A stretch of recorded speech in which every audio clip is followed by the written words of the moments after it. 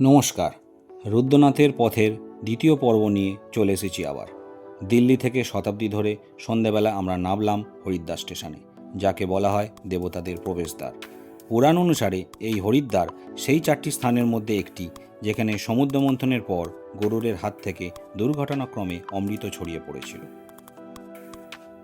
হোটেলে check in করে সামান্য ফ্রেশ হয়ে নিয়েই চলে এলাম গঙ্গার ঘাটে।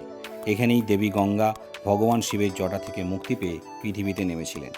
গঙ্গোত্রী হিমবাহ থেকে প্রায় 253 কিলোমিটার এসে হরিদ্বারে প্রথমবারের জন্য সমভূমিতে প্রবেশ করে গঙ্গা।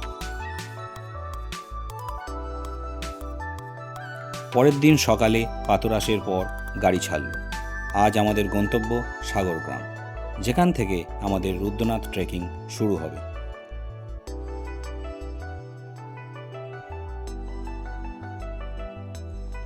উত্তরাখণ্ডের আনাচে কানাচে ছড়িয়ে আছে দৈব মাহাত্ম্য। এই মুহূর্তে আমরা চলেছি পঞ্চপ্রয়াগের অন্যতম দেবপ্রয়াগে।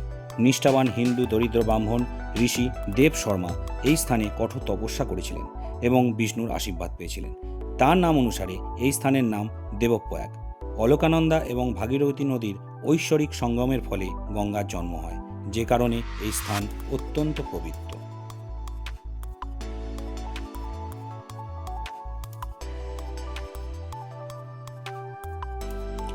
পঞ্চকেদারের অধিপতি দেবাদিদেবকে দর্শন করতে গেলে পথের মাঝে অনুমতি নিতে হয় সমস্ত তীর্থযাত্রীদের।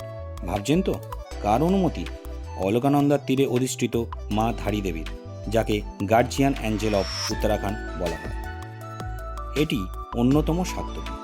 এই ধারী দেবী মূলত কালী বা দুর্গারই এক রূপ, যিনি দিনে 3বার নিজের রূপ পরিবর্তন করে বলে বিশ্বাস করা হয়।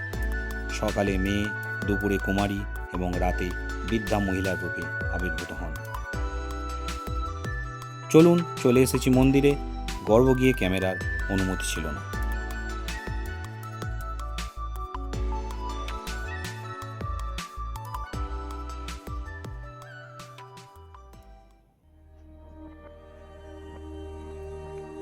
মা ধারী দেবীর থেকে অনুমতি নিয়ে আমরা চললাম আমাদের গন্তব্যের দিকে।